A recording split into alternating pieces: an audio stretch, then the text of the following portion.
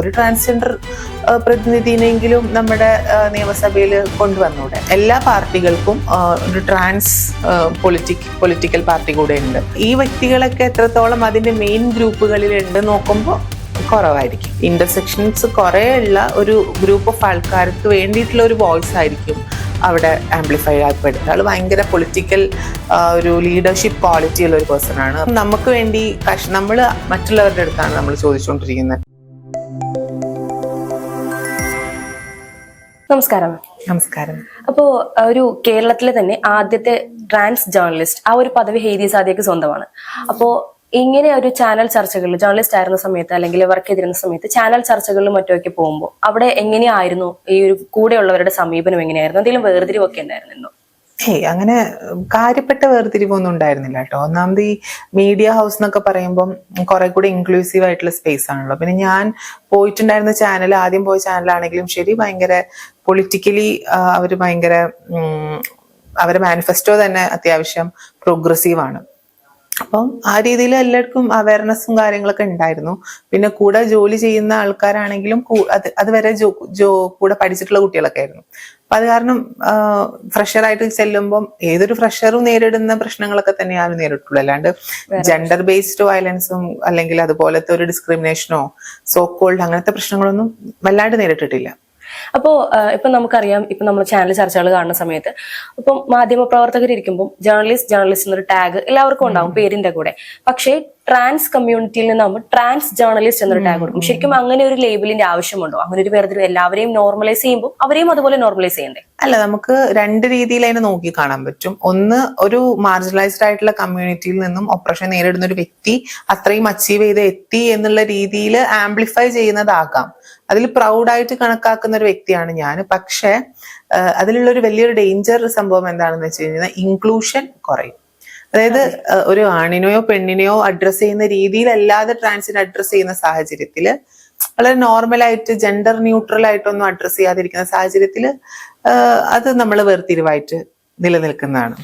ഇതിപ്പോ കാണുന്നവർക്ക് ഇപ്പം സ്വാഭാവികമായിട്ടും സാധാരണക്കാർക്കായാലും അല്ലെങ്കിലും അവരുടെ മനസ്സിൽ ഇപ്പം ഇന്നും അംഗീകരിക്കാൻ പറ്റാത്ത, ഇതിനെയൊക്കെ മനസ്സുകൊണ്ട് അംഗീകരിക്കാൻ പറ്റാത്ത പല ആളുകളും നമ്മുടെ ചുറ്റുമുണ്ട്. അപ്പൊ അങ്ങനെയുള്ളവർ ഇത് കാണുമ്പോൾ അവർക്ക് അതൊരു പ്രത്യേകിച്ച് എടുത്ത് കാണിക്കുന്നതാണ്. ട്രാൻസ് ജേർണലിസ്റ്റ് എന്ന് എടുത്ത് കാണിക്കുമ്പോൾ അത് അവരുടെ ഉള്ളിലും ആ ഒരു വേർതിരിവ് കൂടാനല്ലേ കാരണമാകുള്ളൂ, കുറയില്ലല്ലോ. കൈൻഡ് ഓഫ് മേ ബി അങ്ങനെ, അത് അവരുടെ നാരോ മൈൻഡ് ആണ്. പക്ഷെ ജേർണലിസ്റ്റ് ഇപ്പൊ പറഞ്ഞ പോലെ ജേർണലിസ്റ്റ് എന്ന് പറയുന്നത് തന്നെയാണ് ഏറ്റവും ഉചിതമായ കാര്യം. പക്ഷെ നമ്മള് ഇതുവരെ കിട്ടാത്തൊരു സ്പേസിൽ നമുക്ക് അങ്ങനെ ഒരു സ്പേസ് കിട്ടുമ്പോൾ അതിനെ ഈ രീതിയിൽ അഡ്രസ്സ് ചെയ്യപ്പെടുന്നത് ഒരു പരിധി വരെ ഓക്കെ എന്നുള്ള രീതിയിൽ ഫൈനാണ്. അത് ഒരു പരിധി കഴിഞ്ഞിട്ട് എല്ലാത്തിലും നമ്മളെ കഴിവിന്റെ ഒരു ലോകമല്ലേ, കഴിവിനെ അല്ല അവിടെ നമ്മൾ എക്സിബിറ്റ് ചെയ്യുന്നത്, അല്ലെങ്കിൽ അത് കഴിവല്ല നമ്മൾ കാഴ്ചവെക്കുന്നത്. അല്ലാതെ നമ്മൾ ജെൻഡർ ഐഡന്റിറ്റിയോട് നമുക്ക് ജെൻഡർ ഐഡന്റിറ്റി ഇതാണ്, അതുകൊണ്ട് നമ്മൾ ഇങ്ങനെയാണ് എന്നൊന്നുമല്ലല്ലോ കാഴ്ചവെക്കുന്നത്. നമ്മൾ എന്താണ് നമ്മൾക്ക് അവിടെ പെർഫോം ചെയ്യേണ്ടത്, അവിടെ പെരുമാറേണ്ട രീതി, അല്ലെങ്കിൽ നമ്മൾ അവിടെ എന്താണോ ചെയ്യേണ്ട തൊഴിൽ അത് ചെയ്യുക എന്നുള്ളതാണല്ലോ. അപ്പോ അതിനെ കൺസിഡർ ചെയ്യുക, അതിനെ അംഗീകരിക്കുക, അതിനെ പരിഗണിക്കാൻ ശ്രമിക്കുക. ജെൻഡർ ഐഡന്റിറ്റി, സെക്ഷുവാലിറ്റി അതൊക്കെ ഭയങ്കര ബ്രോഡായിട്ടുള്ള വേറൊരു ഏരിയയാണ്. അത് ഓരോരുത്തരുടെ പേഴ്സണൽ കാര്യം മാത്രമാണ്. അപ്പൊ അതിനെ ജനറലൈസ് ചെയ്ത് അതിനെ കൂട്ടിക്കുഴച്ച് നമ്മുടെ കഴിവിനെ കാണാണ്ട് ജെൻഡർ ഐഡന്റിറ്റി മാത്രം ഒരു കാർഡാക്കി ഇറക്കുമ്പോൾ അതാണ് ഈ പ്രശ്നങ്ങൾ മൊത്തം വരുന്നത്. കാർഡ് ജെൻഡർ, അപ്പൊ നമ്മൾ എന്ത് പറയുമ്പോഴും കാർഡിറക്കി പറയും. അപ്പം കാർഡ് ഇറക്കുന്ന ഒരു സാഹചര്യം സൊസൈറ്റിയിൽ ഇല്ലാണ്ടിരുന്നാൽ മതി, സ്റ്റീരിയോ ടൈപ്പ് ഇല്ലാണ്ടിരുന്നാൽ മതി, എല്ലാം ഒരുപോലെ എന്ന് വിചാരിച്ചാൽ മതി. അപ്പൊ തീരാവുന്ന പ്രശ്നമുള്ളൂ. ഈ ഒരു കമ്മ്യൂണിറ്റിയിൽ നിന്നുള്ള പല ആളുകളും പൊളിറ്റിക്സ് സംസാരിക്കുന്നവർ, അല്ലെങ്കിൽ സമൂഹത്തെ കുറിച്ച് സാമൂഹ്യ കാര്യങ്ങൾ ഒരുപാട് സംസാരിക്കുന്ന ആളുകളുണ്ട്, നല്ല രീതിയിൽ സംസാരിക്കുന്നവരുണ്ട്. പക്ഷെ എന്നിട്ട് പോലും നമ്മുടെ കേരള പൊളിറ്റിക്സ് അല്ലെങ്കിൽ പൊളിറ്റിക്സ് എടുത്ത് നോക്കിയാൽ ഈ ഒരു കമ്മ്യൂണിറ്റിയിൽ നിന്നുള്ള ആളുകൾ വളരെ എണ്ണം കുറവ്, വിരലിൽ എണ്ണാവുന്നവർ മാത്രമേ ഉള്ളൂ. അത് എന്തുകൊണ്ടായിരിക്കും അങ്ങനെയുള്ള ഒരു ഉന്നമനത്തിലേക്ക് പോവാത്തത്? ആക്ച്വലി നമുക്ക് ജെൻഡർ നീഡ്സ് നോക്കുകയാണെങ്കിൽ സ്ട്രാറ്റജിക് ജെൻഡർ നീഡ്സും ഉണ്ട്, പ്രാക്ടിക്കൽ ജെൻഡർ നീഡ്സും ഉണ്ട്. പ്രാക്ടിക്കൽ ജെൻഡർ നീഡ്സിൽ ഒരുപക്ഷെ പരിഗണിക്കപ്പെടുന്ന വ്യക്തികൾ തന്നെയാണ് ക്വീർ മനുഷ്യന്മാരും അല്ലെങ്കിൽ ട്രാൻസ് ആയിട്ടുള്ള ആൾക്കാരും. അപ്പം ഒരു അവരുടെ ക്രൈസിസ് മനസ്സിലാക്കി അല്ലെങ്കിൽ അവർ നേരിടുന്ന ചാലഞ്ചസ് മനസ്സിലാക്കിയിട്ട് അതിന് ഇമ്മീഡിയറ്റ് സൊല്യൂഷൻ നൽകാൻ പറ്റുന്ന ഇതിൽ പരിഗണിക്കപ്പെടുന്നുണ്ട്. പക്ഷെ സ്ട്രാറ്റജിക് ജെൻഡർ നീഡ്സ് എന്ന് പറയുന്ന ഒരു കാര്യമുണ്ട്. അതിലെങ്ങനെയാണെന്ന് വെച്ച് കഴിഞ്ഞാൽ ഈ ഡിസിഷൻ മേക്കിംഗ് മേക്കിങ്ങിന്, അതുപോലെ തന്നെ പവർ ഡിസ്ട്രിബ്യൂഷൻ, ഈ വക കാര്യങ്ങൾക്കൊന്നും കമ്മ്യൂണിറ്റിയിലും ട്രാൻസ് ആയിട്ടുള്ളവരെ പരിഗണിക്കപ്പെടുന്നില്ല. പവർ ഒരു മേധാവി, ഒരു ഓർഗനൈസേഷന്റെ മേധാവി അല്ലെങ്കിൽ ഒരു ഡിപ്പാർട്ട്മെന്റിന്റെ മേധാവി ആയിട്ടൊന്നും ട്രാൻസിന് ഒന്നാമത് ഇൻക്ലൂഷൻ ഇല്ല. നമ്മൾ ഇപ്പോഴും പോരാടി സ്പേസ് നേടിക്കൊണ്ടായിരിക്കുന്നത്. പക്ഷെ ക്വാളിഫൈഡ് ആയിട്ട് പോലും പലവരും അതിന്റെ ഒരു ഹെഡ് ഓഫ് ദി ഡിപ്പാർട്ട്മെന്റ് ആയിട്ടോ അല്ലച്ച ഒരു പൊളിറ്റിക്കൽ പാർട്ടിയുടെ മെയിൻ ഗ്രൂപ്പിൽ ഇടം നേടുന്നത് ആയിട്ടൊക്കെ കുറവാണ്. പൊളിറ്റിക്കൽ പോഷക സംഘടനകളൊക്കെ ഉണ്ട്. ഇപ്പം എന്താ പറയാ, എല്ലാ പാർട്ടികൾക്കും ഒരു ട്രാൻസ് പൊളിറ്റിക്കൽ പാർട്ടി കൂടെ ഉണ്ട്.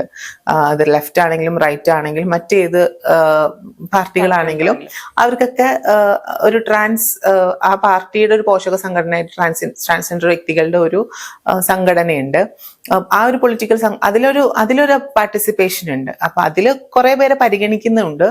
പക്ഷെ ഈ വ്യക്തികളൊക്കെ എത്രത്തോളം അതിന്റെ മെയിൻ ഗ്രൂപ്പുകളിലുണ്ട് അല്ലെങ്കിൽ മെയിൻ ഇതിലുണ്ട്, ലിസ്റ്റിലുണ്ട് നോക്കുമ്പോ കുറവായിരിക്കും. അതെ, അത് തീരെ കുറവാണെന്നാണ് പറയുന്നത്.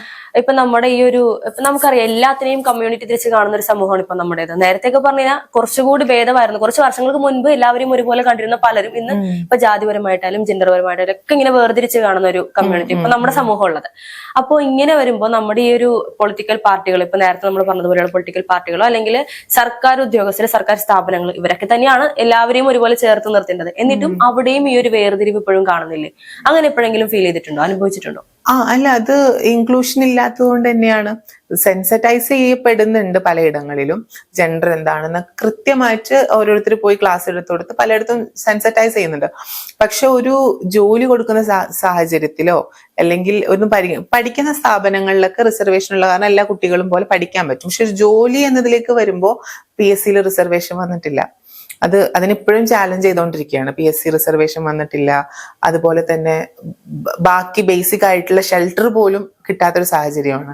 ഇപ്പൊ പൊളിറ്റിക്കൽ റെപ്രസെന്റേഷൻ ഉണ്ടെങ്കിൽ മാത്രമേ നമുക്ക് ആംഗ്ലോ ഇന്ത്യൻ പ്രതിനിധികളുണ്ട്. അതുപോലെ എന്തുകൊണ്ട് ഒരു ട്രാൻസ്ജെൻഡർ പ്രതിനിധി വന്നാലും മതി. 2% ആംഗ്ലോ ഇന്ത്യൻ പ്രതിനിധിയുള്ള അതേ സ്ഥാനത്തേക്ക് ഒരു ട്രാൻസ്ജെൻഡർ പ്രതിനിധിനെങ്കിലും നമ്മുടെ നിയമസഭയിൽ കൊണ്ടുവന്നൂടെ? അത് മാൻഡേറ്ററി ആക്കുമ്പോൾ ആ കമ്മ്യൂണിറ്റി അല്ലേ അവിടെ വളരുന്നത്, ആ കമ്മ്യൂണിറ്റി അല്ലേ അവിടെ അപ്ലിഫ്റ്റ് ചെയ്യപ്പെടുന്നത്.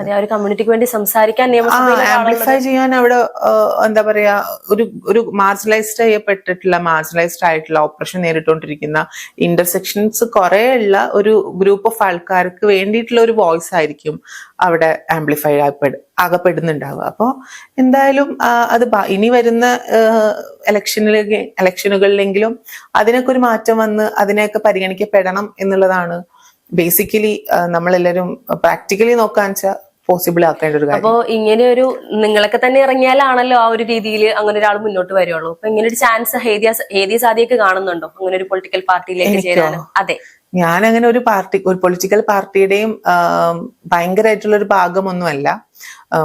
പഠിക്കുമ്പോൾ വിദ്യാർത്ഥി സംഘടനകളിൽ ഉണ്ടായിട്ടുണ്ട്. അല്ലാണ്ട് നോക്കുകയാണെങ്കിൽ ഞാൻ അങ്ങനെ ഒരു ഭയങ്കര പൊളിറ്റിക്കലി ആക്റ്റീവ് ആയിട്ടുള്ള ഒരു പേഴ്സൺ അല്ല. പക്ഷെ എനിക്ക് എന്റേതായിട്ടുള്ള പൊളിറ്റിക്സ് ഉണ്ട്. അറ്റ് ദ സെയിം ടൈം എനിക്ക് അങ്ങനെ ഒരു ഭാവി ഉണ്ടോ എന്ന് വെച്ച് കഴിഞ്ഞാൽ അതിലേക്ക് ഞാൻ ഒന്നാമത് ഇൻവോൾവ്ഡ് ആയിട്ടില്ല. പക്ഷെ അങ്ങനെ ഭാവിയുള്ള ഒത്തിരി പേരെ ഞാൻ കാണുന്നുണ്ട്. ഇപ്പം പേരെടുത്ത് പറയുകയാണെങ്കിൽ തന്നെ ട്രാൻസ്ജെൻഡർ ജസ്റ്റിസ് ബോർഡ് മെമ്പർ ആയിട്ടുള്ള നേഹ സി മേനോൻ എന്ന് പറഞ്ഞ ആളുണ്ട്. ആള് ഭയങ്കര പൊളിറ്റിക്കൽ ഒരു ലീഡർഷിപ്പ് ക്വാളിറ്റി ഉള്ള ഒരു പേഴ്സൺ ആണ്. അപ്പം മലപ്പുറത്ത് തിരൂർ എന്ന് പറഞ്ഞിട്ടുള്ള ഒരു സ്പേസിൽ അത്രയും മാർജിനലൈസ്ഡ് ആയിട്ടുള്ള അല്ലെങ്കിൽ അത്രയും മലബാറിൽ അത്രയും ഓർത്തഡോക്സ് ആയിട്ടുള്ള ആൾക്കാർ താമസിക്കുന്നവരടുത്ത് ട്രാൻസിന് ഇത്രയും വിസിബിലിറ്റിയും ഇൻക്ലൂസിവിറ്റിയും ഉണ്ടാക്കി കൊണ്ടുവന്ന ഒരു ലീഡർ കൂടിയാണ്.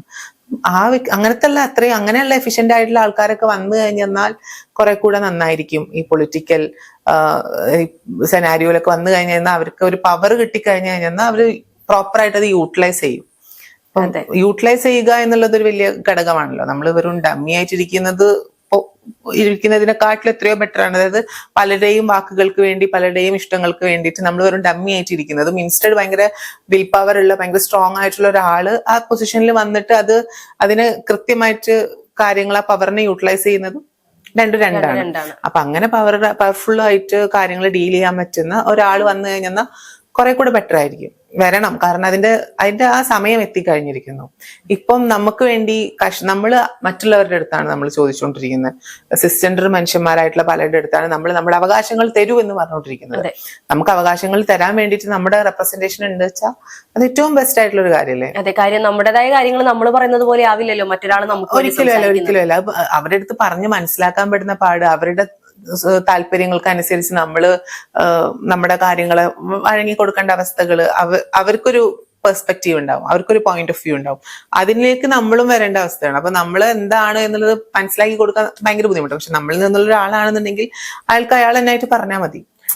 അങ്ങനെ ഒരു ഓപ്ഷൻ ഉണ്ട്. ഇതിപ്പോ നമുക്കറിയാം, പല ആളുകൾ ഇപ്പൊ പല കാസ്റ്റ് വെച്ചിട്ടൊക്കെ ആണെങ്കിലും പ്രിവിലേജ് എടുക്കാൻ നോക്കുന്ന പല ആളുകളുണ്ട്. ഇപ്പൊ കാസ്റ്റ് വെച്ചിട്ടായാലും ജെൻഡർ വെച്ചിട്ടായാലും പ്രിവിലേജ് സ്വയമേ വാങ്ങിക്കുന്ന പല ആളുകൾ നമ്മുടെ ചുറ്റുമുണ്ട്.